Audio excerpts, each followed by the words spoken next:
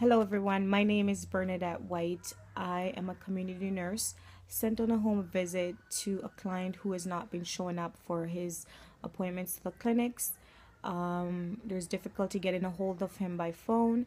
We were finally able to get him to make an appointment for a home visit, and I am here to interview the client to see if I can establish some information around the missed visits.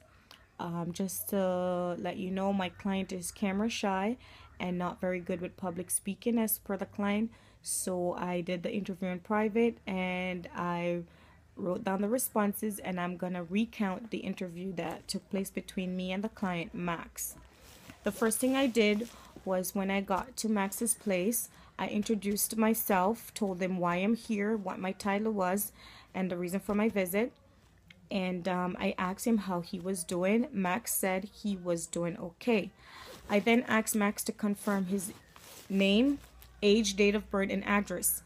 He responded, "My name is Maxwell Counter. I live at 22 Fennell Street in Wildwood, Toronto. I'm 27 years old, born October 16th, 1988. Are you employed or going to school?" His response was employed.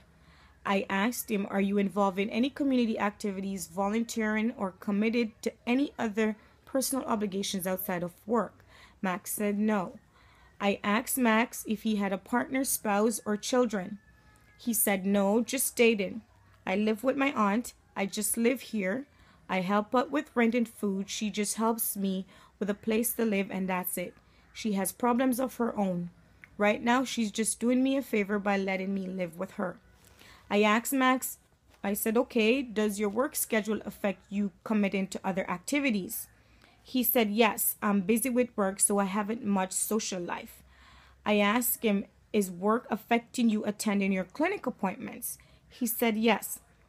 I asked him to tell me a little about the work. He said, "I work at McDonald's.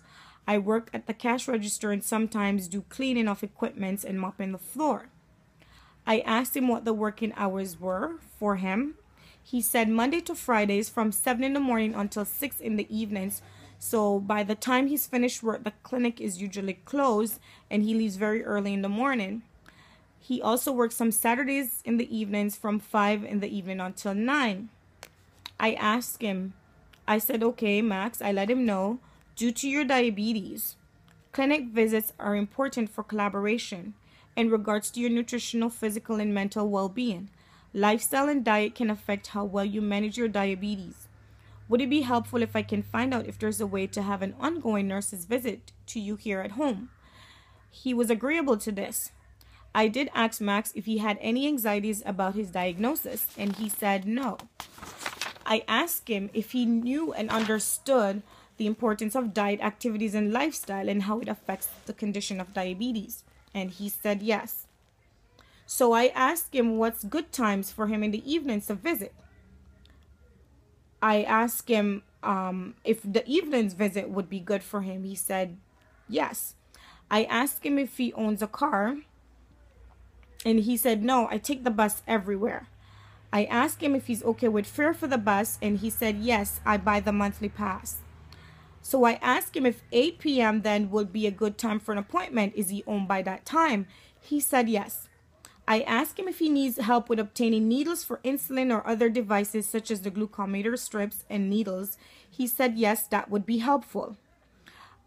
I said, "Okay, I will arrange that for you. How can I get in touch with you?" He said if it's urgent or important to call him at work, otherwise by mail. I said, "Okay, if it's important, I'll call you at work if it's urgent. Otherwise, when I come on visit, I'll bring you anything you need or information, and you can request what you need on visits." He said it sounds good. I asked him how is he finding it obtaining pertinent food and nutrition requirements. He said okay now that he gets paid.